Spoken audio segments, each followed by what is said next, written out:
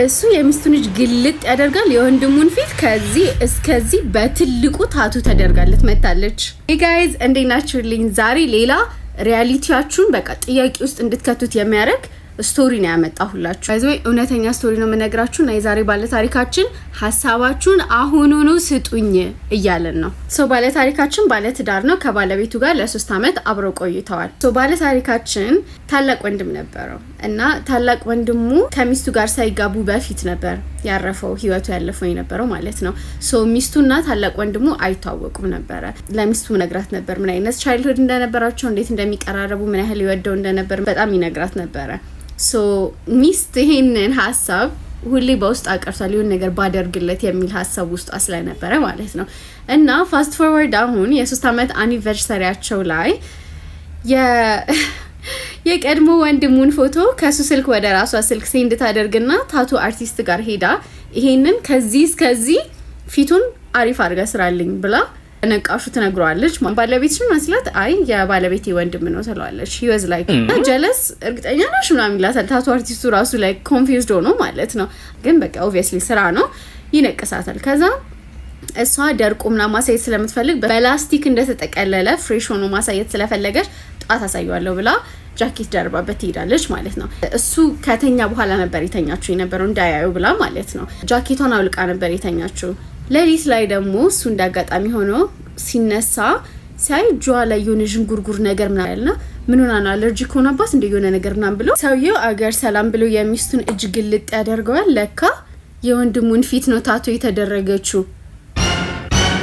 what አይኖቹ ማመን አቃተው። በቃ ምን ብሎ ማለት ነውና በቃ ደንግጦ ምን ሆና ነው ምንድነው ምናምን ነገር ብሎ በጣም በቃ ኮንፊውዝድ ይሆናል። በጣም አስቡት እንግዲህ በሌሊት እንደዚህ አይነት ነገር ስታዩ ምን ሊፈጠር ምን ሊሰማችሁ እንደሚችል።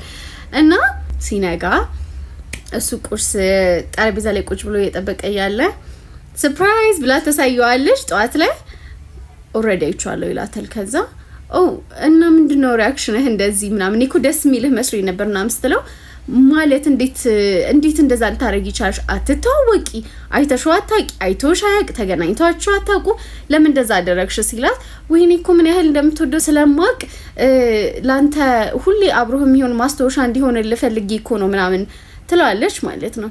ከዛ በቃ በጣም ኮንፊውዝድ ይሆናል በነገሩ ምናምን። ከዛ እናቱን ለማማከር ወደ እናቱ ቤት ይሄዳል። ከዛ ወደ እናትየው ሲያማክራት እንዴ ልጅ ምን አይነት የተባረከች ሚስት ነች ያለች፣ ካንተ በላይ ለወንድምህ አስባ አትሊስት እሱ እንኳን በቃ ያለ እንዲመስለን እንዲሰማ ተነቅሳ መምጣቷ በጣም ትልቅ እኮ የፍቅር ስጦታ ነው፣ እንዴት እንደዚህ ይሰማሃል ምናምን ብላ እናትየዋ በቃ ጥያቄ ውስጥ ከተተችውና በቃ እሱ ግራ መጋባት ጀመረና ከዛ ጊዜ በኋላ ሁሌ በቃ ወይ ሻወር ሲወስዱ ምናምን አብረው በሆኑ ቁጥር ሁሌ የወንድሙ ፊት እሱ ላይ ስቴው ያደርግበታል እና በቃ መጫነቅ ጀመረና አንኮምፎርታብል ስሜት እየተሰማኝ ነው።